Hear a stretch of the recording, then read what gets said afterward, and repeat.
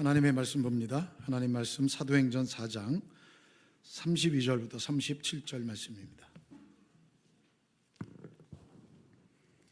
신약성경 사도행전 4장 32절부터 37절 말씀까지.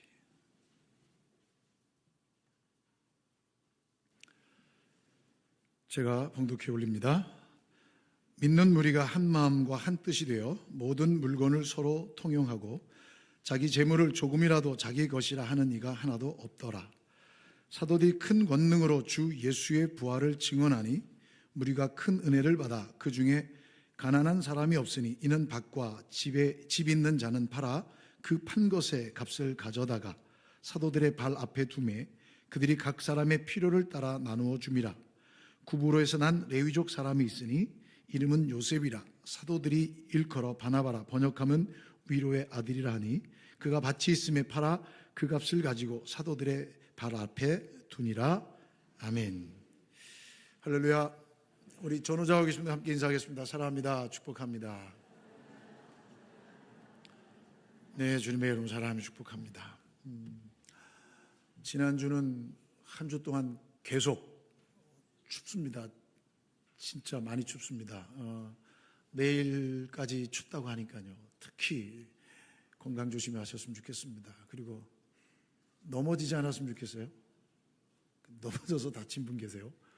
그러니까 제가 누구라고 말씀을 안 드릴게요. 많이 다쳤어요. 근데 그러니까 교회는 예배에 참석하셨어요. 걱정하지 마시고. 근데 어쨌든 미끄러지고 눈 오고 얼고 그러니까 특히 그늘 같은 데는 큰 위험이 있습니다. 그리고 운전하시는 분들도 조심하셨으면 좋겠습니다. 큰 추위가 또 이렇게 지나가도록, 또 독감도 매우 지금 유행하고 있습니다. 코로나 때보다 더 많은 사람들이 독감으로 죽는다고 합니다.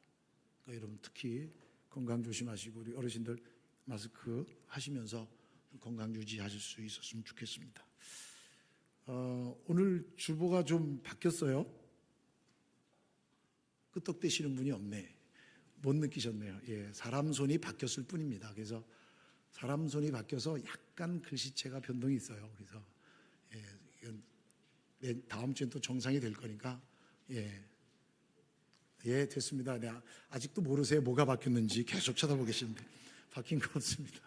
네, 괜찮습니다. 아무튼 하나님의 은혜 가운데 또 한 주간도 큰 힘이 되길 주님의 이름으로 축복합니다. 우리 찬양대 우리 지휘자가 없어서 여러 가지 힘든데 조금만 참아주시면 이제 새로운 지휘자가 오셔서 또 섬겨주실 겁니다. 조금만 더 기다려주시면 고맙겠습니다.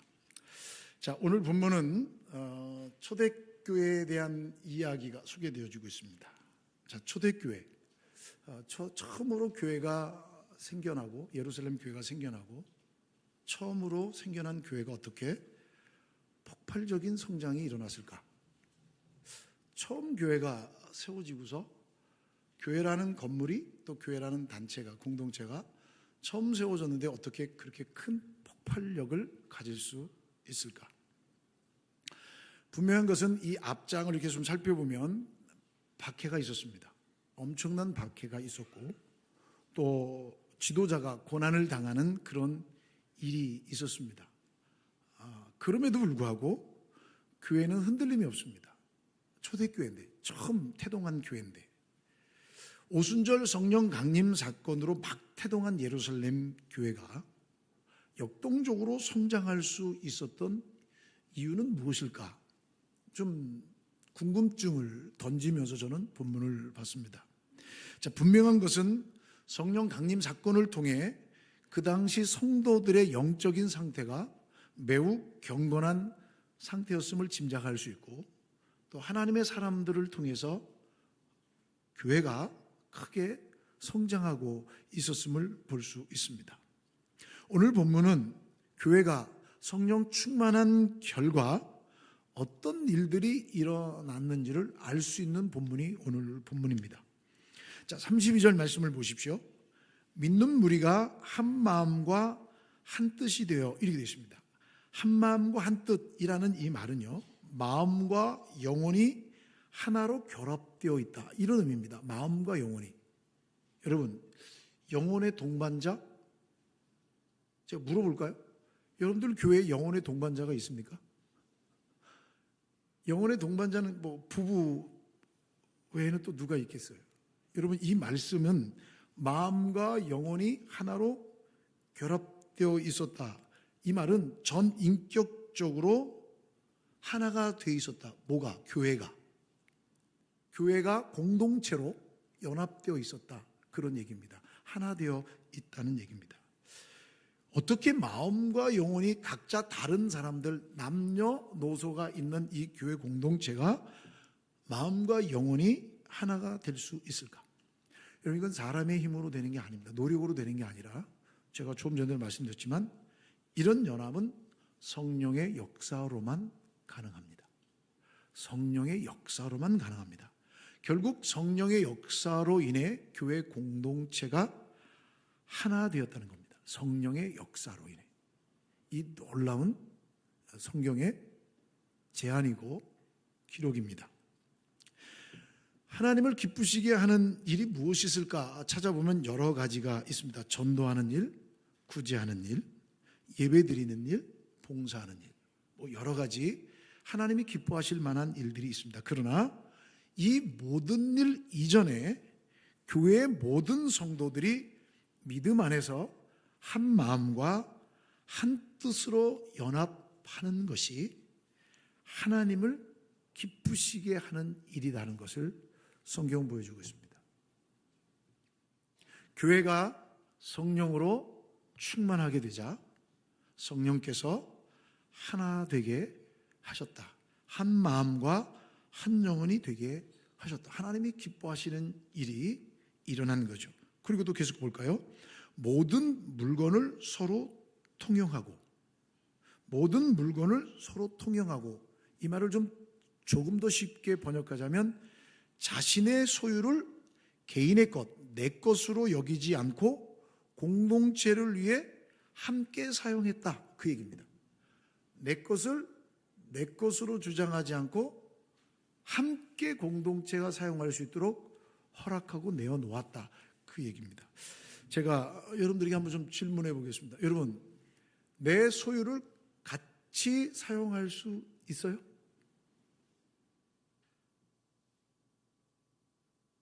아마 안내위원들 안내복도 안 나눠 입을 거요?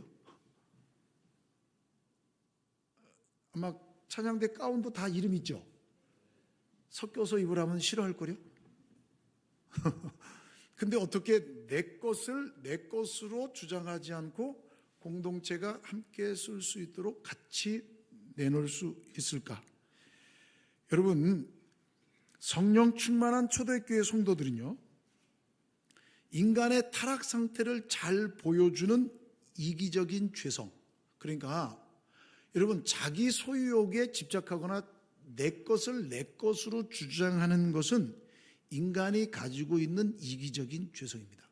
타락한 인간이 가지고 있는 인간의 이기적인 죄성이 내 걸 주장하는 거예요. 내 소유. 누구도 넘어오면 안 돼요. 내 자존심, 내 명예, 내 가치, 이거 무너뜨리면 안 되는 거예요. 왠 줄 아세요? 죄인이기 때문에 그래요. 어느 누구나 이 부분에 있어서는 힘있게 자랑할 수 없어요. 이거는 좀 전에 말씀드렸지만 성령의 역사가 아니고서는 이런 일이 일어날 수 없어요. 그런데 성령 충만했던 초대교회 성도들은 인간의 타락한 상태를 잘 보여주는 이기적인 그러한 죄성을 버리고 한마음 한뜻 되어서 모든 물건을 서로 통용하는 결과가, 놀라운 결과가 나타난 거예요. 여러분, 내 물건을 다른 사람과 공유할 수 있나요? 쉽지 않아요. 우리가 물컵은 공유할 수 없어도 여러 가지 다른 것들은 여러분께 공유한다는 게 그렇게 쉬운 일이 아닙니다. 내가 가지고 있는 소장품을 마음껏 쓰십시오. 아마 교육자 사이에서도 넥타이를 공유하자 그러면 넥타이를 매번 어떻게 다른 걸 할 수 있어요? 그 한 푼도 아니고. 그러니까 넥타이를 공유하자. 제가 그런 기회를 본 적이 없어요. 와이셔츠를 공유하자. 그런 교회, 그런 목회자를 본 적이, 저도 한 적이 없어요. 여러분, 내 물건을 남들과 함께 공유할 수 있느냐? 여러분, 타락한 인간의 죄성을 가지고 있는 우리의 인간은 절대로 이렇게 할 수가 없습니다. 여러분, 너무 좋은 거 아니에요? 내가 가지고 있는 걸 함께 쓰고 서로 필요에 의해서 나눠 쓰고 안 쓰는 공간, 안 쓰는 물건을 함께 써서 그것을 효율적으로 쓸 수 있다. 이거 굉장히 좋은 거예요. 그래서 이런 일이 좋다고 윤리적인 양심이나 혹은 사회주의와 같은 이념적 강요를 통해서 섣불리 시도했다가는 반드시 실패합니다. 역사적으로도 보면 사회주의를 표방했던 동구권이나 구소련 이런 나라들은 다 몰락의 길을 걸었음을 우리는 생생하게 보고 있습니다. 인간적인 이기심을 배제한 제도, 여러분, 이 민주주의라는 이 민주주의도 인간의 이기심을 인정해주는 제도였기 때문에 지금까지 유지되는 거죠. 사유재산 인정하잖아요. 민주주의가 가장 중요한 건 그거잖아요. 다수결의 원칙, 여러 사람들의 의견을 가장 중요한 결정으로 삼는 것, 이게 인간이 가지고 있는 이기적인 타락한 본성의 이기심이거든요. 숫자가 많은 사람 얘기를 따라야지 어떻게 숫자가 적은 사람 얘기를 따를 수 있겠습니까? 이건 말이 안 되는 거거든요. 불편하고 어려운 거예요. 이것이 여러분 인간적인 이기심을 배제하지 않았기 때문에 지금도 이것을 가지고 갈 수 있는 거예요. 즉 인간이 이기적인 존재이기 때문에 성령님의 철저한 교통하심이 없이는 이런 일이 가능할 수 없습니다. 이런 일이 나타나기 어렵습니다. 즉 한시적인 현상이라고밖에 말할 수 없습니다. 사실 초대교회도 이런 일이 계속 지속된 건 아닙니다. 왜냐하면 초대교회 역사가 계속해서 이런 역사들로 이어져 온 것이 아니기 때문에, 중간에 단절됐기 때문에 이런 일들은 일시적인 현상으로 볼 수밖에 없습니다. 자, 그러나 섬김과 헌신의 모습은 부활하신 예수 그리스도를 믿는 믿음으로 은혜를 받아 나눔을 실천했기 때문에 부족한 사람이 없었다라고 기록하고 있습니다. 당시에 한시적이고 일시적이긴 하나 당시에 그런 현상들이 나타났습니다. 33절 말씀 보세요. 사도들이 큰 권능으로 주 예수의 부활을 증언하니 무리가 큰 은혜를 받아, 이렇게 말합니다. 여러분, 성령 충만함을 받은 사도들이 뭘 했어요? 부활의 복음을 증거했어요. 여러분, 하나님의 놀라운 역사가 나타날 때 자기의 능력을 내세우지 않아요. 자기의 경험을 내세우지 않아요. 오늘 사도들도 예수님과 공생애를 같이 지냈기 때문에 얼마든지 자신의 경험과 무용담을 털어놓을 수 있고, 내가 더 예수님께 사랑받았다, 예수님의 말을 내가 더 많이 들었다, 예수님의 기적 현장에 내가 직접 쓰임받았다, 이런 이야기들을 할 수 있을 것 같은데 그런 얘기 안 해요. 부활의 복음을 증거해요. 다른 어떤 얘기 안 해요. 오늘도 마찬가지예요. 왜 하나님의 역사가 나타나지 않느냐? 이기적인 죄성을 너무 내세우거든요. 주 예수의 부활을 증언, 즉 복음을 전했다는 얘기죠. 그러자 모든 무리가 감동을 받고 하나님의 성령이 충만해집니다. 복음의 가장 핵심은 예수님의 부활입니다. 부활이 없는 십자가는 저주일 뿐이죠. 만약 예수 그리스도의 부활이 없었다면 기독교는 사상 누각이 되고 말았을 것입니다. 이 복음을 증거하자 어떤 일이 일어납니까? 34절 보십시오. 그 중에 가난한 사람이 없으니, 어떻게 가난한 사람이 없을 수 있겠습니까?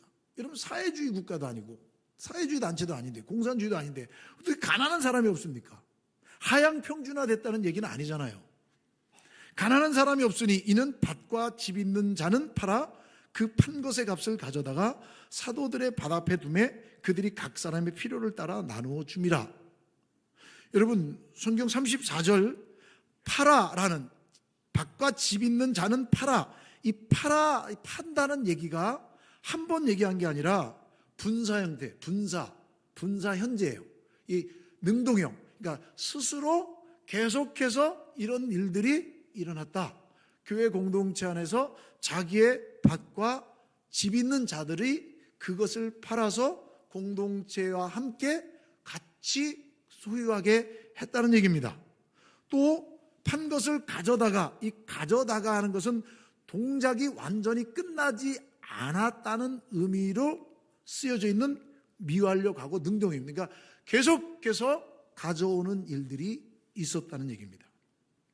즉 누가는, 사도행전을 기록한 누가는 이런 표현들을 통해서 초대교회가 물질과 마음을 서로 나누는 행위가 일시적인 한 번의 어떤 그런 일들이 아니라 어느 정도는 한시적이지만 계속 지속되고 있음을 묘사해 주고 있는 말씀입니다. 즉 여러분, 계속해서 이 초대교회의 이런 나눔과 헌신의 섬김의 모습이 계속 있었다는 얘기죠. 근데 여러분, 이 일들이 당시의 환경이 좋거나 기독교가 막 성장할 수 있는 환경을 가지고 있었던 건 아니에요. 대제사장들의 무리들의 핍박과 위기감 속에서 행해진, 기도 뒤에 이루어진 그 이례적인 행위가 아니라는 겁니다.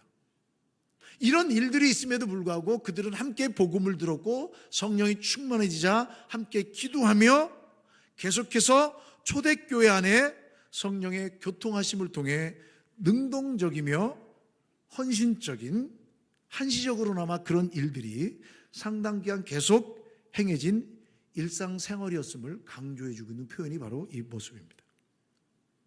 자, 이 물질을 어떻게 했을까요? 사도들의 발 앞에 둠에 공동체가 쓰는 거예요. 그들이 각 사람의 필요를 따라 나눠줘요. 필요를 따라, 이 필요를 따라라는 말을 그냥 헬라어 원문을 그대로 그냥 번역하면 이런 얘기입니다.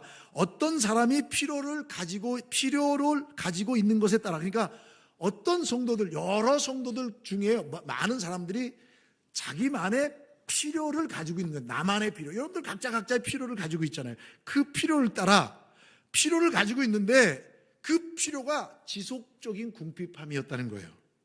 그런데 그 필요함이 있는 자, 그 사람들에게 어김없이 그리고 반복적으로 그러한 구제가 이루어졌다는 얘기입니다.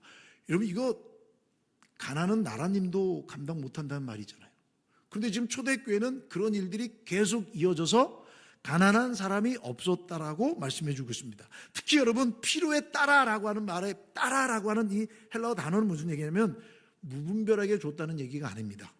필요한 만큼 과다하게 공급되지 않고 또 나눠주는 사람의 특징에 맞춰서 선별해서 준 것이 아니라 필요한 사람은 누구라 할지라도 그 필요한 만큼의 재물을 계속해서 지속적으로 공급해 주어서 그 공동체 안에 가난한 사람이 없었다.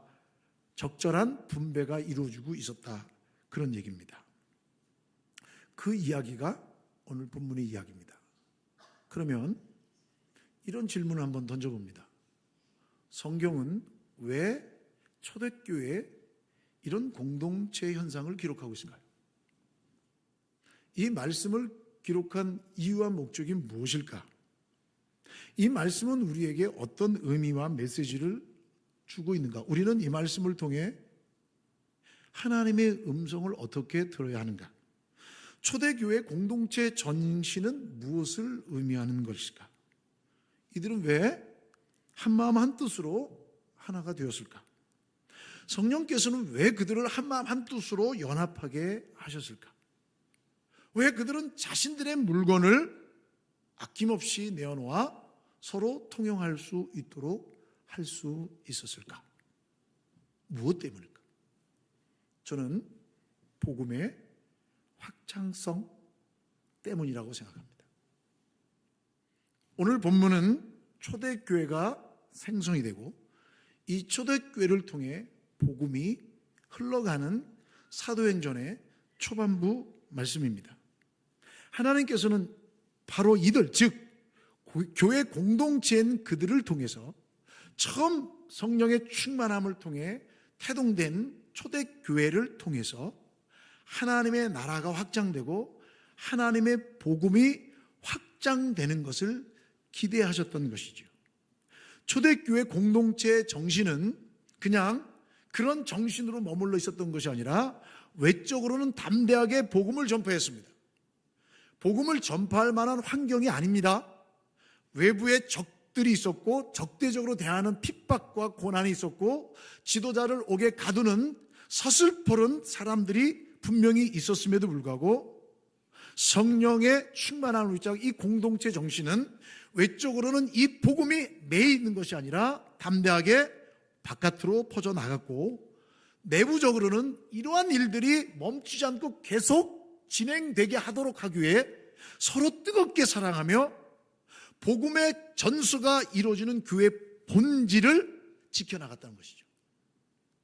계속해서 이 복음의 전수가 이루어진 거예요. 이 말은 어느 한 세대에서 끝난 것이 아니라 하나님이 원하시는 그 복음의 확장성이 이루어질 때까지 계속해서 이 헌신과 섬김의 일들이 일어났다는 것입니다.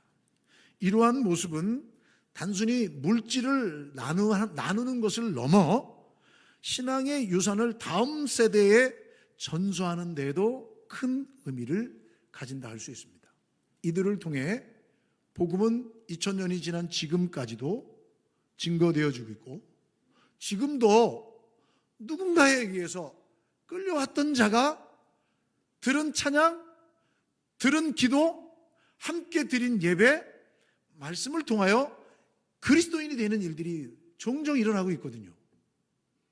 복음은 절대로 저절로 확장되지 않습니다. 복음의 확장성은 누군가의 섬김과 헌신이 있어야 복음의 확장성은 가능합니다. 그런데 여러분, 교회의 본질은 바로 복음의 확장성에 있습니다. 복음이 확장하지 않으면 교회는 죽어갈 것이고 복음이 확장하지 않으면 교회는 건물만 덩그러니 남아서 서구에 있는 교회들처럼 건물로 관광객을 맞이하는 그런 일들만 나타날 것이지요. 그러면 이 말씀을 통해서 우리가 어떤 신앙의 모습을 가져야 되는가? 이 말씀을 통해서 어떤 교회의 본질을 유지할 것인가? 좀 질문을 던질 수밖에 없죠. 초대교회가 그런 교회였다면 2025년을 살아가는 지금의 교회도 그런 교회여야 하고 지금의 교회가 그렇게 존재하므로 이 복음은 계속 확장되어 나가야 한다라고 저는 생각합니다. 그것이 교회의 사명이며 교회의 본질입니다. 첫 번째로는 가정 안에서의 신앙의 전수입니다. 오늘날 가정 안에서의 신앙의 전수는 사실은 깨어졌다 그래도 과언이 아닙니다. 가정 안에서 부모님들을 통한 신앙의 훈련과 양육을 받는 일은 거의 없는 것 같습니다. 그래서 제가 매주 가정 예배에 힘쓰십시오. 계속 광고의 한 줄을 빠지지 않고 계속 싣고 있는 겁니다. 부모는 자녀에게 신앙을 전수하는데 가장 중요한 역할을 한다는 사실을 잊지 마십시오. 교회 교육도 물론 중요합니다. 하지만 저는 교회 교육보다 더 우선되어야 되는 것은 부모님으로부터의 신앙의 전수입니다. 신명기 6장 6절 7절 말씀에 보면 오늘 내가 내게 명하는 이 말씀을 너는 마음에 새기고 내 자녀에게 부지런히 가르치며 라고 말씀해 주고 있습니다. 이 말씀은 가정 안에서의 신앙의 교육과 훈련이 신앙의 전수가 얼마나 중요한가를 보여주고 있습니다. 부모는 자녀와 함께 말씀을 읽고 그 말씀의 은혜, 하나님의 말씀의 온전한 뜻을 가르쳐야 하고 기도하며 신앙의 본을 보임으로써 자녀들이 하나님을 사랑하고 섬기는 삶을 살도록 이끌어야 할 가장 중요한 주체가 바로 부모입니다. 가정 안에서 이러한 신앙의 전수가 이루어지지 않으면 안 됩니다. 물론 여러분, 강압적으로 해서는 안 되죠.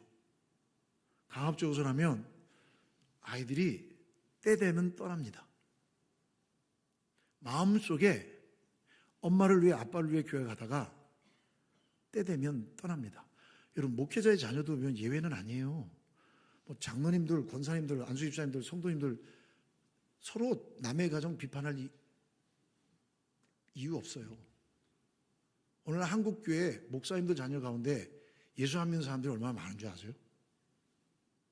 장로님들 자녀 가운데 예수님 안 믿는 사람 얼마나 많은 줄 아세요? 권사님들 자녀 가운데 예수 안 믿는 사람 많아요. 근데 여러분, 하나님께서 나에게 주신 그런 자녀들이기 때문에 우리의 기도는 멈추지 말아야죠. 하나님 반드시 돌아오게 하실 거예요. 믿음의 가정에 주셨으니까 그 확신을 갖고 우리는 기도를 멈추지 말아야 돼요. 그런데 여러분, 더 중요한 것은 그렇게 되기 전에 가정 안에서 믿음의 전수가, 신앙의 전수가 있어야 한다는 얘기입니다. 가정 안에서 부모님들의 신앙적 섬김과 헌신을 통해 우리의 자녀들이, 우리의 다음 세대들이 교회 공동체가 하나 되며 함께 하나님을 위해 성장하는 모습을 볼 수 있어야 돼요. 그게 여러분 가정 안에서 이루어진다니까요. 부모님들의 섬김 헌신이 교회 안에서도 가정 안에서 이루어져야 된다니까요. 그럼 그것이 어떤 일들이 가정에서 이루어지느냐? 첫 번째로 하나님의 것을 하나님의 것으로 인정하는 삶입니다. 오늘 초대교회 성도들이 하나님 앞에 자신의 것을, 자신의 소유를 자신의 것으로 여기지 않고 공동체 가운데 통용할수록 내놓을 수 있었던 것은 하나님의 주권을, 이 모든 것은 하나님의 것입니다라는 그것을 인정하며 하나님 앞에 봉헌한 것이죠. 32절 말씀 보실까요? 자기 재물을 조금이라도 자기 것이라 하는 이가 하나도 없더라. 하나도 없더라. 이게 어떻게 가능합니까? 여러분, 이 말은 청지기적 재물관을 가지고 있었다는 얘기입니다. 성령께서 함께 하시자, 복음을 전하자 성령이 역사하시고, 성령께서 함께 하시자 이 재물의 주인은 하나님의 것이라는 것을 알았다는 거예요. 즉 하나님께서 나에게 맡겨주신 재물이라는 인식을 갖고 있었다는 겁니다. 여러분, 노후를 걱정하면 노후를 위해 대비하는 자녀들이 헌신할 수 있겠습니까? 모아야죠. 우리 엄마 아빠는 평생 예수 믿었는데 평생 노후만 걱정하고 살아. 그럼 자녀들은 어떻게 하겠어요? 돈을 모아야 될 거 아니에요. 돈을 모아야지 무슨 재주로 노후를 살아갈 수 있겠어요. 제가 노후 대비하지 말라는 얘기 아닙니다. 성경에 분명히 개미에게 통해서 배우라 그래 말씀해 주고 있으니까 여러분, 제 말은 무조건 막 살라 그 얘기가 아닙니다. 지혜로워야 합니다. 그런데 청지기적 삶을 살아야 한다는 사실입니다. 이걸 잊지 말아야죠. 하나님 앞에 온전한 11조를 드릴 수 있는 어머니 아버지의 헌신이 있어야 하나님의 것을 분별하고 드릴 수 있는 신앙적 결단이 가정 안에 있어야 자녀들이 하나님께서 나를, 아빠를, 엄마를 한 달 동안 지켜주시고 은혜 주셔서 하나님 주셨어. 그래서 이거는 하나님 거야. 이게 가정 안에서 이루어져야죠. 교회 안에서는 아무리 강조해도 이미 교회에 대한 신뢰성이 깨져버린 지 너무 오래돼요. 저도 잘 안 해요. 제가 올해는 할 거거든요. 제가 안 하면 또 누가 해요? 다른 강사 불러다가 야단 맞게 할 필요는 없잖아요, 제가. 그건 제가 맞지 않다고 생각해요. 그런데 여러분, 정말 중요한 것은 가정 안에서 먼저 온전한 11조 모습이 있어야죠. 온전한 11조. 알아요. 남편이 예수를 믿지 않아서 하나님 앞에 헌신하기가 너무 어려운 가운데서도 정말 하나님 앞에 기도하며 주님 앞에 드리는 손길들이 있어요. 너무 감사하죠. 이런 모습들이 있어야 된다는 거예요. 이것이 그냥 일회성으로 끝나는 것이 아니라 내 평생의 주인은 하나님이시다 라는 신앙의 전수가 있어야 우리 자녀들도 내 인생을 이끌어 가실 분은 하나님이시다, 내 인생의 주인은 하나님이시다 믿고 신뢰하고 의지하죠. 그게 신앙생활 아니겠습니까? 또 이들은 공로주의에 빠지지 않았습니다. 나의 이름을 드러내려고 하지 않았습니다. 나의 생각을 드러내지 않았습니다. 자신의 명예를 얻는, 자신이 칭찬받는 그런 헌신이 아니라 하나님의 뜻에 온전히 쓰임 받음을 기뻐하며 하나님 앞에 드렸던 모습을 볼 수 있습니다. 교회도 마찬가지입니다. 가정도 마찬가지입니다. 여러분, 장로대교에서 헌금합니까? 권사대교에서 예배 출석합니까? 안수집사대교에서 봉사합니까? 그건 여러분 출발부터가 잘못된 거예요. 되면 안 돼요. 목사님, 제가 교회 다니게 몇 년인데 아직도 제가 평신도예요. 그러면 안 돼요. 되면. 그걸 잊지 마셔야 되는 거예요. 가정 안에서 하나님의 은혜로 살아가는 이 아름다운 헌신과 섬김의 본을 보일 때 하나님의 은혜의 역사로 나타나는 결과가 섬김의 자리에 있다는 사실이에요. 이걸 잊지 마셔야 돼요. 이런 감사와 믿음의 고백이 있어야 돼요. 그 자리에 갔을 때 하나님께서 주신 자리, 내가 얻었을 때 하나님께 주신 것, 그걸 고백할 수 있는 고백이 내 삶 가운데서 고백되어지고 내 신앙과 내 삶과 내 헌신과 내 일터에서의 삶이 같아질 때 자녀들이 신앙의 전수를 받을 수 있는 거예요. 이거 없이는 불가능합니다. 팀 켈러 목사님이 다음 세대의 신앙을 전수하는 세 가지 방법이라는 강의를 했어요. 세 가지로 정리했어요. 첫째, 하나님을 가슴 깊이 사랑하라. 정말 자녀들에게 신앙을 전수할 수 있는 방법이 뭐냐? 부모인 세대가 하나님을 가슴 깊이 사랑하라. 이거 외식하라는 얘기가 아니잖아요. 두 번째, 진리를 삶 속에서 실천하라. 하나님의 말씀을 들은 바 깨달은 대로 살아가라는 얘기죠. 세 번째, 삶을 통해 증언하라. 입술뿐인 신앙생활이 아니라 삶을 통해 나타내야 되는 거예요. 그럴 때 우리의 자녀들이 엄마 아빠의 등을 보고 믿음의 길을 걸어갑니다. 저는 여러분들 모두가 신앙의 선배의 모습으로서 교회 안에서도 그런 일이 해야 된다고 해요. 그게 교회의 역할입니다. 그래서 이 말씀은 교회가 계속해서 하나님의 복음이 확장되기 위해서는 가정의 역할도 분명히 필요합니다만 교회의 역할도 필요합니다. 교회는 우리의 믿음의 다음 세대들이 신앙으로 배우고 성장할 수 있도록 환경을 제공해야 되고 좋은 교육적 자질들을 통해서 그들에게 신앙을 전수할 수 있어야 합니다. 주일학교가 부흥돼야 합니다. 우리가 관심 갖지 않고 우리가 섬기고 우리가 헌신하지 않는데 교회학교가 부흥할 수 없습니다. 영유치부, 유초등부, 중고등부 청년분들의 교육에 더 관심 갖고 힘써야 합니다. 근데 저는 요즘 몇 년 사이에 우리 교회가 이런 일들이 있다고 저는 느끼고 있습니다. 경험하고 있습니다. 이건 저만 느끼는 게 아니라 우리 청년들, 우리 중고등부 아이들이 입술 속에서 고백하는 건데 어느 한순간만 고백하는 것이 아니라 그들의 대화 속에서 이 고백이 나와요. 그래서 우리 청년들은 물질로 봉사할 수는 없지만 우리 청년들은 시간을 들이고 열정을 들여서 자신의 후배들을 위해 자기의 시간을 들이고 열정을 들이고 있는 거예요. 그들이 그 일을 억지로 하지 않아요. 이들이 제가 우리 청년들을 봤을 때 우리 청년들은 너무나 감사함으로 그 일을 섬기고 있어요. 너무나 감사함으로 헌신하고 있어요. 그 일을 통해 하나님의 사람들이 세워지고 그 일을 통해 하나님께 예배하는 것을 기뻐하고 즐거워하는 모습을 저는 현장을 보고 있습니다. 사랑하는 여러분, 교회는 우리의 믿음의 다음 세대들이 계속해서 신앙을 배우고 전수할 수 있도록 환경을 제공해주고 좋은 신앙적 여건들을 제공해줘야 하나님의 사람들로 세워질 수 있습니다. 특별히 우리 젊은이들이 교회에 적극적으로 참여할 수 있도록 지원해줘야 돼요. 여러분, 우리 젊은 세대들이 나는 교회 일꾼이야?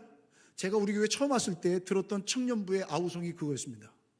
청년부는 먼저 보는 사람이 데려다 쓰면 돼. 청년부들이 다 교회를 떠나는 거예요. 무슨 일만 있으면 안 오는 거예요. 진짜 종처럼 일만 하니까. 아무런 것도 없으니까. 여러분, 이들이 적극적으로 교회에 참여할 수 있고 우리가 한 공동체로서 성도들의 신앙과 성도들의 섬김과 성도들의 헌신과 기도와 격려를 통해서 공동체는 유지되고 있고 이 일을 위해 교회는 다음 세대들을 위해 애쓰고 수고하고 있다는 사실들을 우리 자녀들이, 우리 청년들이 보고 느끼고 함께 합력할 수 있도록 지원해주고 격려해줘야 합니다. 또한 세대 간의 교류를 통해서 신앙의 전수가 자연스럽게 이루어져야 합니다. 이를 위해서 여러분 저희가 사랑방으로 바꾼 거예요. 사실은 70대에서 60대, 60대에서 50대, 50대에서 40대 연결이 안 돼요. 우리 교회만 해도 단절이 돼 있어요. 이제 아니다. 이건 안 된다. 이거 좀 더 바꾸자. 이거예요. 그래서 서로 자연스럽게 이런 교류들과 전수들이 일어나야 돼요. 이런 일들을 우리 교회가 다 감당 아니에요. 우리 교회만 할 수 없어요. 우리 교회가 이걸 어떻게 다 해요? 우리 교회는 우리 교회일 뿐이죠. 그런데 이러한 일들이 하나님의 복음의 확장성은 우리 교회에서만 끝나는 게 아니라 이 초대교회가 자신의 교회를 유지하기 위해서만 애쓴 게 아니라 외적으로는 복음이 전파되기 위해 힘썼고 이 일이 계속해서 나갈 수 있도록 아내 사랑으로 하나 되고 헌신과 섬김을 통해 이 일들이 계속 이루어질 수 있도록 헌신했기 때문에 이 복음이 오늘 우리까지 확장되어 왔다는 사실입니다. 그렇다면 무엇을 해야 합니까? 연합해야 합니다. 함께 해야 합니다. 신실한 하나님의 종들이 훈련받을 수 있도록 연합해야 합니다. 하나님의 교회가 함께 연합할 수 있도록 힘써야 합니다. 그러니까 하나님의 사람들을 세우는 교육기관, 하나님의 사람들을 세우는 그 훈련센터들이 더 일어날 수 있도록 관심 가져야 합니다. 신실한 하나님의 일꾼을 양성하는 그러한 일들을 세워줘야 다음 세대들의 신앙 형성에 큰 도움이 돼요. 우리 교단에는 총신대학 신학대학원이 있어요. 우리 학교에서는 성경의 절대 권위를 가르치며 성경적 가치관과 세계관을 가르치며 신실한 하나님의 사람들이 훈련하고 하나님의 사람들로 준비될 수 있도록 신앙 안에서 잘 성장할 수 있도록 돕고 있는 기관이 바로 총신대학과 신학대학원입니다. 총신대학에서는 신학생들을 양성할 뿐만 아니라 기독교 인성을 갖춘 기독교 섬김을 가능한 세상의 지도자를 양성하기 위해 애쓰고 있는 거죠. 신학대학원은 하나님의 말씀의 종으로 훈련받아서 교회와 성도들을 섬기는 일에 힘쓸 수 있도록 그러한 일들을 하고 있습니다. 이러한 기관들을 위해 우리는 기도해야 합니다. 이런 기관들을 위해 우리는 재정적으로 지원해야 합니다. 필요에 따라 봉사함으로써 다음 세대의 신앙의 성장을 위해 도울 수 있어야 합니다. 이것이 오늘 우리에게 주신 하나님의 사명이라는 사실을 우리는 잊지 말아야 합니다. 이건 우리 힘으로만 가능하지 않습니다. 함께 연합해야 합니다. 함께 해줘야 합니다. 그래야 하나님의 사람들이 세워집니다. 하나님의 놀라운 역사들이 나타날 수 있습니다. 그리스라는 땅에 가면 여러분들 아시잖아요, 그죠? 그 땅에 가면 진짜 많은 나무가 무슨 나무냐면 올리브 나무입니다. 여러분들이 잘 알고 있는 올리브 기름 짜는 올리브 나무입니다. 제가 한 가지 질문 한번 드려볼게요. 여러분, 어떤 올리브 기름이 제일 좋습니까? 여러분들이 흔히 알고 있는 엑스트라 버진, 어떤 엑스트라 버진이 제일 좋냐? 제가 직접 들었어요, 가서. 그때는 이렇게 얘기하는 거예요. 올리브 나무가 300년, 400년 된 나무에서 나온 올리브 나무를 이걸 갖다 쪄서 하는 게 아니라 압착해서 낸 기름이 엑스트라 버진인데 그것이 가장 향기롭고 맛이 좋고 비싸다는 거예요. 몇 년요? 300년, 400년. 그럼 여러분, 지금 300년, 400년 된 올리브 나무의 열매를 취해서 기름을 짜는 사람들은 자기가 심었나요? 아닙니다. 자기의 선조가 심었기 때문에. 언제 선조가? 300년, 400년 앞을 내다본 선조가 심었기 때문에 그들은 그것을 채취하고 있는 거예요. 그런데요, 더 놀라운 것은요, 그 많은 올리브 나무가 있음에도 불구하고 지금 농부들이 올리브 묘목을 심고 있습니다. 300년, 400년을 내다보면서. 저는 이스라엘 땅에 가서 600년 된 올리브 나무에서 올리브 열매가 맺히는 것을 봤습니다. 사랑하는 여러분, 하나님의 사람, 하나님의 복음 전도는 전수는 그냥 우리 때에 끝나면 안 됩니다. 그럼 우리는 우리 것만 빼먹고 열매만 따먹고 끝나는 거야 되는 거예요. 계속해서 전수해야 합니다. 500년 전에 현장을 갔을 때 그들의 신실함과 그들의 열정과 그들의 헌신으로 교육기관이 세워져서 그 교육기관을 통해서 500년이 지난 후대들이 지금도 세계적으로 인정받고 살아가고 있는 현장을 보고 왔다니까요. 하나님의 나라, 복음의 확장은 우리 때에서 끝나면 안 됩니다. 신실한 하나님의 일꾼들, 신실한 하나님의 좋은 사람들, 신실한 하나님의 리더들, 이 세상에 선한 영향력을 나타낼 수 있는 그런 일꾼들은 우리 교회의 힘으로만 감당할 수 없어서 연합해야 되는 거예요. 함께 해줘야 되는 거예요. 그래서 하나님의 신실한 사람들이 세워질 수 있도록 우리는 노력해야 되고, 그 일을 교회가 감당하고 그 일을 우리 교회가 감당해서 주님 다시 오심을 예비할 수 있는 축복의 통로로서의 쓰임을 받아야 할 사명이 우리 가운데 있습니다. 여러분, 오늘 본문이 기록된 것은 단순히 집 문서 가져와라, 땅 문서 가져와라, 그 얘기 아닙니다. 적금 통장 갖고 와라, 그 얘기가 아닙니다. 이 이야기는 성령 하나님께서 함께하자 하나님이 주신 사명을 받은 그들이 이것이 하나님의 것인 줄 깨닫고 복음의 확장성을 위해 자신의 것을 아낌없이 내어놓았기 때문에 이 복음이 예루살렘에 머물러 있지 않고 온 세계에 흩어지고 주님이 다시 오심을 예비할 수 있는 복의 통로가 될 수 있었던 것이죠. 그러나 역사적으로 지금의 현장들 상황에서 보면 이 놀라운 사명을 감당하지 않은 나라와 민족과 기독교의 전통은 건물만 남았습니다. 사람이 없습니다. 세상의 가치에 함몰되어서 아무것도 느끼지 못하고 있는 그런 상황들이 펼쳐지고 있습니다. 사랑하는 여러분, 저와 여러분들을 통해 우리 교회를 통해 다시 이러한 하나님의 은혜의 시간들을, 복음의 확장성을, 하나님이 주시는 그 공동체의 진정한 복됨을 회복할 수 있기를 주님의 이름으로 축복합니다. 마지막으로 여러분, 오늘 성경 보면 좀 생뚱한 말씀이 기록되어 있습니다. 초대교회 성도들 가운데 대표적인 모습을 띠는 바나바를 소개하고 있는데요, 36절 보세요. 구브로에서 난 레위족 사람이 있으니 이름은 요셉이라. 사도들이 일컬어 바나바라. 번역하면 위로의 아들이라, 권위자라는 뜻입니다. 그가 밭이 있음에 팔아 그 값을 가지고 사도들의 발 앞에 두니라. 여러분, 바나바는 우리가 알고 있는 것처럼 예루살렘 교회 초대 전신이 됐던 마가의 다락방을 내놨던 마가의 삼촌이기도 합니다. 그런데 오늘 성경에 보니까 이 사람이 구브로 태생인데 레위족 사람이래요. 레위 사람이 어떻게 구브로 가서 살아요? 구브로는 어디냐면 이스라엘 땅의 동쪽 지중해 성에 있는 섬이 구브로 섬인데, 구브로 섬은 당대 당시나 지금이나 세계적으로 유명한 구리광산이 있습니다. 그래서 구브로 사람들은 굉장한 부자예요. 그런데 이 레위족 선조가, 바나바의 선조가 박해를 피해 구브로로 갔다가 거기서 예루살렘으로 돌아갈 꿈을 꾸면서 예루살렘의 밭과 땅을 구입해 놨죠. 그걸 바나바가 팔아서 하나님께 봉헌한 거예요. 제가 서두에도 말씀드렸지만 집과 밭을 팔아서 봉헌한 사람이 바나바뿐이겠습니까? 계속해서 했다 그러니까 한두 명이 아니겠죠.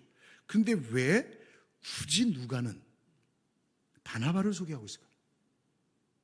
왜 굳이 다른 사람이 아닌 바나바를 소개할 수 있을까? 이 말은 여러분, 바나바를 소개한 것은 바나바가 대표다 이게 아니라 그 중에 바나바라는 사람이 있었는데 이 사람이 앞으로 하나님의 복음의 확장성에 어떻게 쓰임받을 인물인가를 미리 소개해 준 겁니다. 여러분 아시지 않습니까? 4장에 나와 있는 이 바나바가 초대교회 7집사 중에 한 명이며 11장에 나오는 안디옥 교회 부흥을 경험하고 그 안디옥 교회 성도들을 양육하다가 다소에 있는 사울을 데려다가 함께 같이 복음을 해서 사도 바울이 복음 전도를 하는데 결정적인 역할을 했던 안디옥 교회를 세우고 바나바와 바울이 1차 전도여행 떠나고 2차 때는 서로 다투어서 마가와 바나바가 나눠지고 바울과 실라가 2차 전도여행 가는 그런 복음의 역사 속에서 바나바는 역사의 뒤안길로 사라집니다만, 바나바가 이러한 사람들이, 이 사람이 철저한 헌신이 그를 뛰어난 초대교회의 일원으로 변화시켰음을 소개하고, 또 초대교회의 이상적인 공동체의 모습이 어떤 모습인가를 바나바를 통해 강조하고, 그 후에 그의 사역을 통해 교회의 확장, 복음의 확장성이, 복음의 발전에 기여한 바나바의 중요성을 부각시키면서 신실한 사람들의 본을 삼기 위해서 바나바를 쓴 거예요. 바나바만 특별히 쓴 게 아니라 하나님 앞에 헌신했던 그 사람이 이렇게 하나님의 나라를 위해 복음이 확장되는 데 쓰임 받았다는 걸 기록하고 있는 거예요. 물론 여러분 5장에 보면 우리가 너무나 잘 알고 있는 아나니아 삽비라 얘기가 나옵니다. 여러분 그 아나니아와 삽비라 대조를 이루는데요, 진정한 헌신과 거짓된 행위를 비교하는 역할을 하고 있죠. 바나바의 얘기는 무슨 얘기냐? 이 아나니아와 삽비라 얘기는 뭐냐? 하나님 앞에 헌신도 진정한 헌신과 거짓된 헌신이 있을 수 있음을 이야기하고 있는 겁니다. 사랑하는 여러분, 초대교회 섬김과 헌신의 모습은 오늘을 살아가는 우리에게도 큰 도전이 됩니다. 우리는 다음 세대가 견고한 신앙을 가질 수 있도록 삶으로 본을 보이며 신앙교육에 헌신해야 합니다. 그래서 우리 때의 복음이 멈추는 게 아니라 복음의 확장성이 계속 이루어져야 한다는 얘기입니다. 이를 통해 하나님의 나라가, 이를 통해 다음 세대에도 이어지기를 소망하는 것이죠. 이를 통해서, 이런 섬김과 헌신을 통해서 하나님의 사람으로 준비되는 믿음의 자녀들이 더 많아지기를 하나님께서는 우리 교회를 향해 기대하고 계신 거예요. 하나님의 사람으로 준비되어지기 위해서는 거저되는 게 아니라 개인이 노력으로 되는 것이 아니라 성도들의 섬김과 헌신이 되는데, 이 성도들의 헌신과 섬김은 그저 개인의 감정에 의해서 되는 것이 아니라 하나님의 성령이 충만히 임하자, 복음이 증거되어지자 서로 하나 되어서 하나님 앞에 자신의 것을 자신의 것으로 고백하지 않고 같이 청기적 사명으로 드러낼 때 하나님의 놀라운 역사, 복음의 확장성은 이루어질 수 있었다는 사실을 보여주고 있는 것입니다. 사랑하는 여러분, 저와 여러분들의 섬김을 통해 신실한 하나님의 사람들이 세워지고 준비되어지고 또 하나님의 놀라운 역사를 꿈꾸며 기대하며 경험할 수 있게 되기를 주님의 이름으로 축원합니다. 우리 교회가 우리 교회만을 위해 존재하지 않고 하나님의 나라를 위해 이 나라 민족을 감당하고 이 복음이 우리나라뿐만이 아니라 세계 방방곡곡에 흘러갈 수 있는 신실한 하나님의 사람들을 세우는 일에 쓰임받는 일에 같이 헌신하고 같이 동참하고 같이 기도하고 같이 노력하고 같이 성령으로 하나 되는 일에 힘쓸 수 있는 우리 모두가 될 수 있기를 주님의 이름으로 축원합니다. 기도하시겠습니다. 사랑하시는 하나님 아버지, 참 감사합니다. 하나님의 사람들로 부름받고 하나님의 거룩한 자녀 삼아주시고 하나님의 거룩한 공동체로서 하나님의 기쁨이 될 수 있도록 은혜를 주시니 진심으로 감사합니다. 하나님 아버지, 우리를 통해 주의 복음이 확장되게 하여 주시옵소서. 외적으로는 복음의 전파가 멈추지 않게 도와주시며 내적으로는 사랑으로 하나 되어 섬기고 헌신을 통해 계속해서 복음의 확장이 이루어지는 원동력이 우리 가운데서 일어나게 도와주시고 여기서 멈추지 않고 우리의 믿음의 다음 세대들이 세워지고 신실한 기독교 리더들이 세워져서 이 사회가 하나님의 나라 확장하는 일에 온전히 쓰임받는 사회로 변화시켜 주시옵기만을 원합니다. 이러한 일에 우리의 자녀들이 세워지게 도와주시고 이러한 일에 교회가 쓰임받게 도와주시고 이러한 일에 신실한 하나님의 일꾼들이 훈련받고 양육되어져서 하나님의 신실한 복음이 온전히 증거되는 일에 쓰임받는 우리 샤론 믿음의 공동체와 한국교회와 총신대학과 신학대학원이 될 수 있도록 은혜 베풀어 주시옵소서. 하나님, 이 일을 위해 우리를 불러주셨고 이 일을 위해 하나님의 귀한 사랑과 축복을 허락해 주셨사오니 하나님을 위해 귀하게 쓰임받는 자, 하나님의 나라의 영광을 위해 마음껏 드리며 헌신할 때 하나님이 놀랍도록 채워주심을 경험하고 주의 이름을 찬송하며 하나님 앞에 헌신하는 믿음의 다음 세대들이 하나님의 준비된 사람들이 일어나는 복된 가문, 복된 교회 공동체가 되게 하여 주시옵소서. 예수님의 이름으로 기도하옵나이다. 아멘. 우리 자리에서 다 일어나셔서 찬송가 461장 함께 찬양하시겠습니다.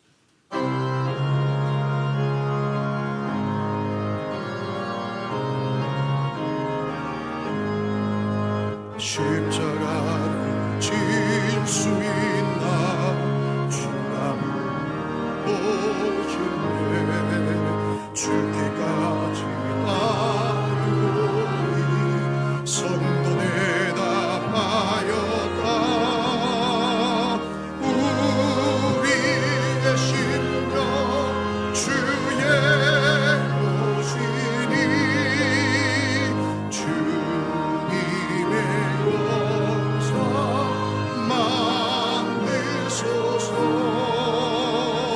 주인과 따라 살아갈 동안 사랑과 충성 늘 바치오리라.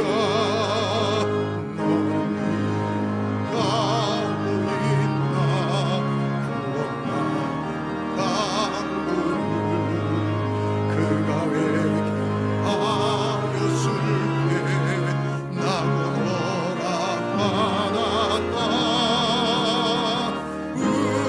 우리의 심령 주의 오시니 주님의 용서 만드소서. 주인도 따라 살아갈 동안 사랑과 충성 늘 바치오리다. 걱정 의심하는 그들 너를 둘러 덮을게. 쉽게 내어 맡기겠나. 제우스 님 믿으며 우리의 심령 주의 오시니 주님의 용서 만드소서. 주인도 따라 살아갈 동안 사랑과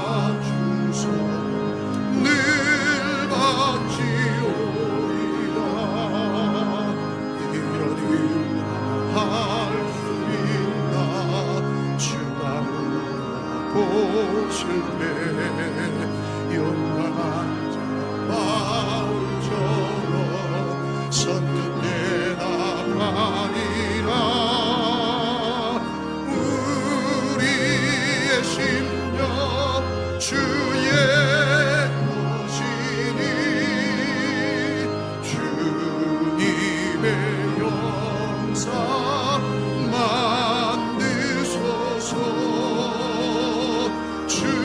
주인도 따라 살아갈 동안 사랑과 충성 늘 받지 오리라.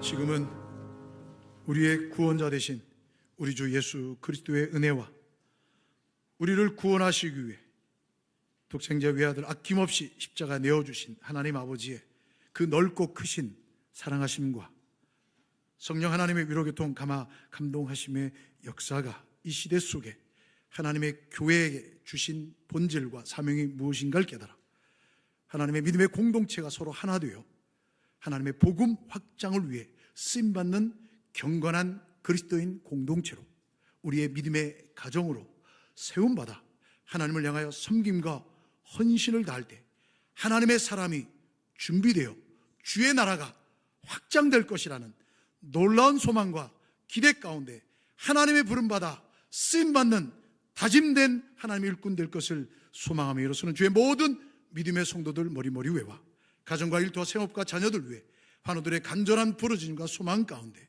해외군에 가 있는 자녀들 성도들 머리 위에 샤론 믿음의 공동체와 한국교회와 종신대학과 복중의 생명까지 이제로부터 영원토록 함께 있을지어다. 아멘.